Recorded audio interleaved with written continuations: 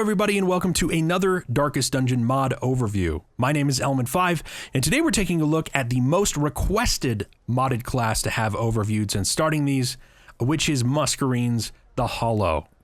When Chris Barassa was asked recently why Darkest Dungeon characters have no eyes, he replied very simply, it's because they are missing something. They are empty inside. And that is no more true than for the Hollow, who comes into the hamlet with no positive or negative quirks, and is basically an empty marionette doll corpse being controlled by the spirit behind her. Now, interestingly, her original name is Tomo, and she and her partner were working as exorcists in an eastern part of the world. During one of the exorcisms, something went wrong, and Tomo was killed. And her partner, selfishly unable to let go of Tomo, tried to seal her soul into her corpse and keep her alive. The result was the mangled marionette-style doll that we see in front of us, and thus she was packed up and shipped away, arriving in the hamlet. Most of Muscarine's classes have a sort of deeper meaning behind them, and that is absolutely true in this case for the Hollow, which really focuses on the dichotomy between life and death, between selfishness and generosity, between love and hate. She is in a lot of ways an analogy about the experience of being in a relationship with somebody that can be nurturing but also self-destructive. You know, what we can basically see is her body, which is the selfless part, the generosity part, the healing aspect of her, and then the soul behind her, which is selfish and full of rage. And that is also represented in her kit and abilities. Most of her aggressive abilities really are focusing on the spirit's abilities, the rage and wrath that comes from the selfishness of the spirit, and then her healing kit, which focuses kind of on the body itself. Now, I've been playing with the Hollow pretty consistently over the last year of streaming Darkest Dungeon. She fits a healer role, which gives her just greater utility than a lot of other modded classes in general.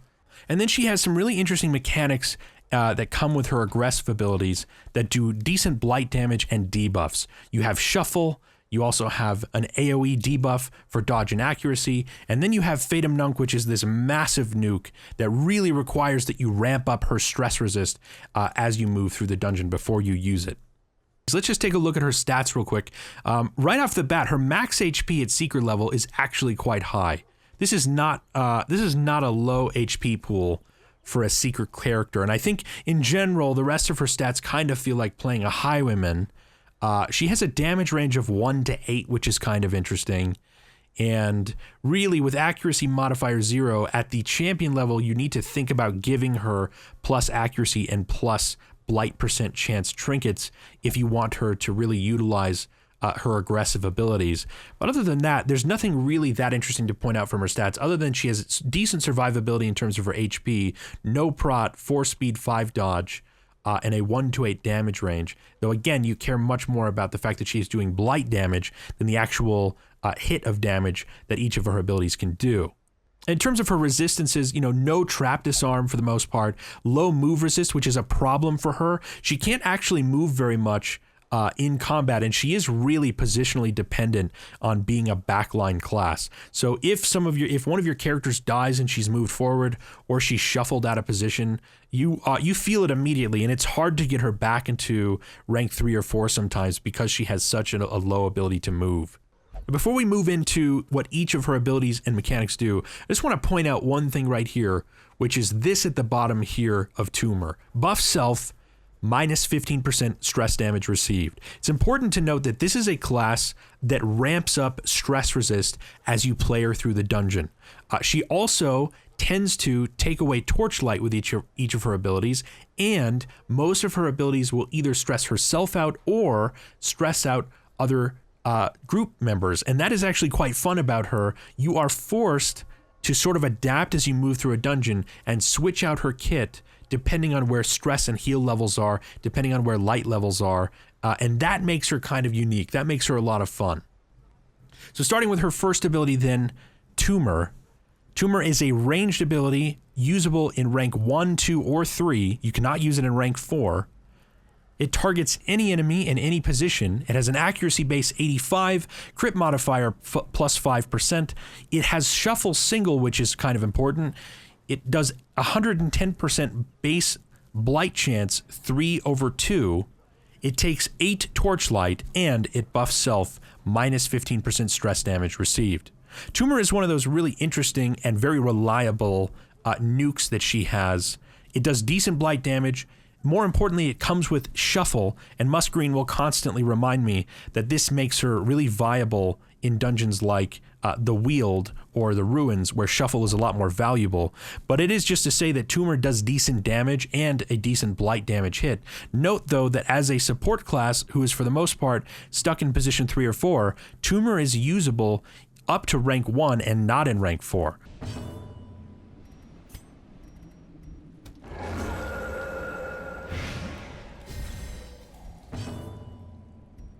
So next in her kit is Phagos.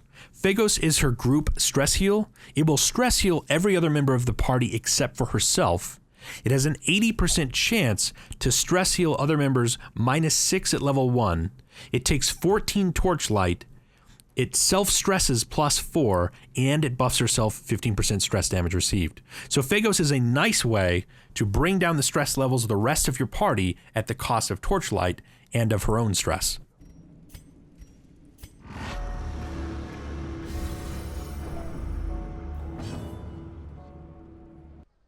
Next in her kit then is Voro.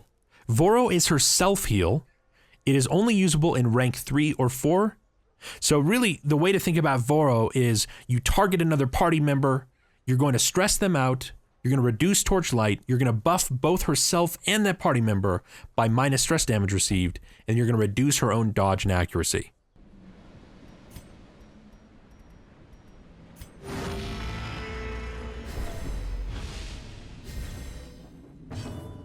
So unlike the Occultist, who has one ability to heal either the self or somebody else, the Hollow's abilities are split into 2 heals, her self-heal and her heal other. And that heal other is Effluo, also only usable in rank 3 or 4. It will heal a group mate for 6 to 8. It stresses them out plus 4, reduces torch by 8, and then also stresses self out plus 5, buff self minus 15% stress damage received. So Effluo is really a great heal. Again, her heal ability is kind of just less than average of that of the Occultist, but you can't get 0 heals, right? Her low end here is 6. So you're going to get a decent heal out of this, and you're going to pay for it with stress and torchlight.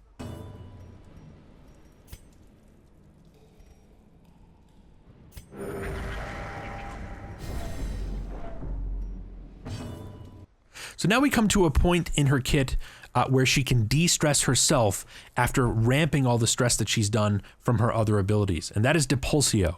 Depulsio can be used in any position. At rank 1, it takes away 8 torchlight. It stress heals herself minus 7. It buffs herself for 15% stress damage received, and again debuffs herself for dodge and accuracy. So anytime we're using her self-heal or her stress heal, you're really debuffing her ability to be aggressive and debuffing her dodge. So you can really think about the Hollow as ramping up her stress as the torchlight drops, and as you move through the dungeon, you know, stressing herself out from healing and using all these different aggressive abilities. And once that stress starts to get pretty high, you want to get into Depulsio, swap her kit, and start reducing her stress levels as you go.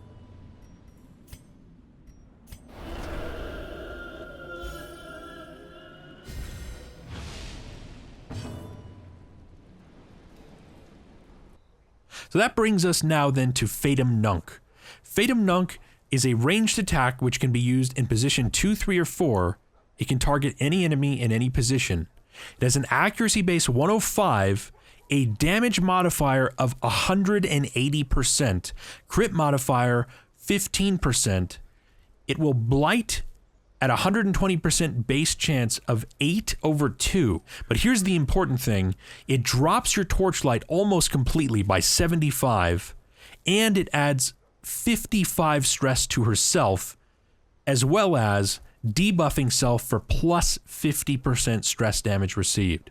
So Fatum Nunc is really just her giant nuke. Okay, it is a massive kind of limit break. Important to take into consideration the fact that debuff self plus 50% stress damage received lingers for quite some time, I think for about 8 rounds. So you can't just herbs that off. You really are forced into kind of a cooldown period where if you don't respect that stress damage buff, and you just decide to try to use another Fatum Nunc, you're guaranteed to throw her right into an affliction.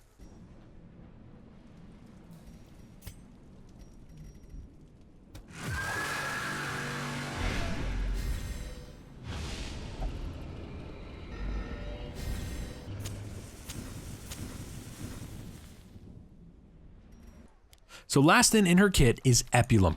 Epulum is her final aggressive ability. It can only be used in rank 3 or 4. It targets all of the front 3 enemies. It's a ranged attack with an accuracy base 80, a damage modifier of minus 65%. It has a 90% chance to blight each enemy for 3/2 at level 1. It takes away 14 torchlight, and it stresses herself out plus 4. More importantly, it also debuffs the front 3 enemies for minus 10 dodge and accuracy, the same debuffs that we see when she uses her abilities on herself. So that is quite interesting and makes it really a nice and viable ability if you're worried about high damage enemies that are really going to wreck your party.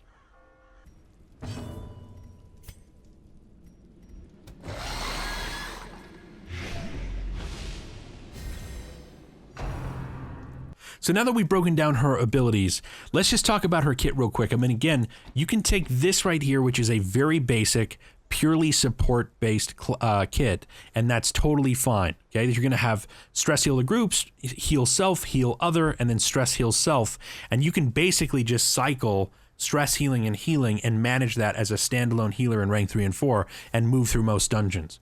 What I would absolutely recommend you do, though, is maybe don't take Phagos. Okay, take her heal self, heal other, and stress heal, and then take something else depending on where you're at. If you're in the Weald, take Tumor so you get some really nice shuffle ability, and maybe you'll even land a blight.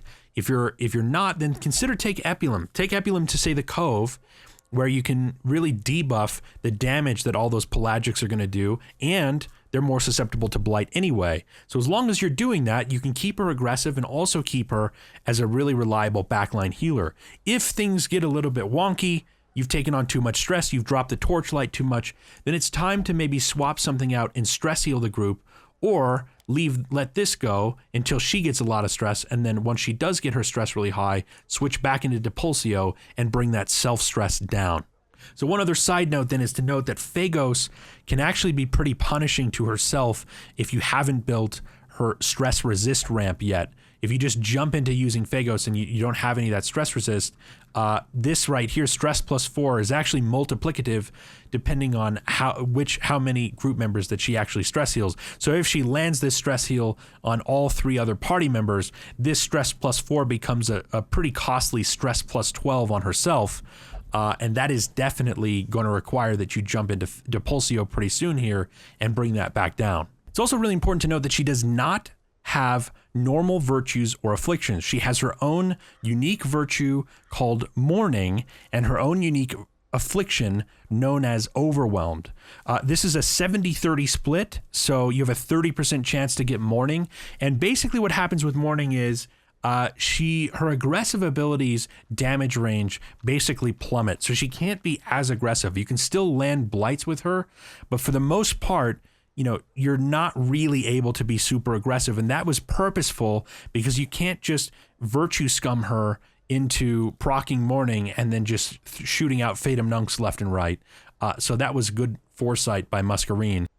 However, if you proc her affliction, you're definitely in for a world of hurt, and that is because her affliction essentially comes with all of the really nasty stuff that comes with most really bad afflictions, but it also makes her act out on her aggressive abilities, including Fatum Nunc. So it is very possible to do very well with her throughout a dungeon and then maybe get a little bit greedy and go for a Fatum Nunc, accidentally bust her right into her affliction, and now that she's overwhelmed, you've lost a decent amount of control of her, and she's going to be popping out more Fatum Nuncs outside of your control, stressing herself out plus 55 with the added 50% stress damage received. So probably the final really important thing to point out about her mechanics is to note that in the Crimson Court and in the Endless mode of Color Madness, Torchlight is considered to be maxed the entire time, or at least above 75.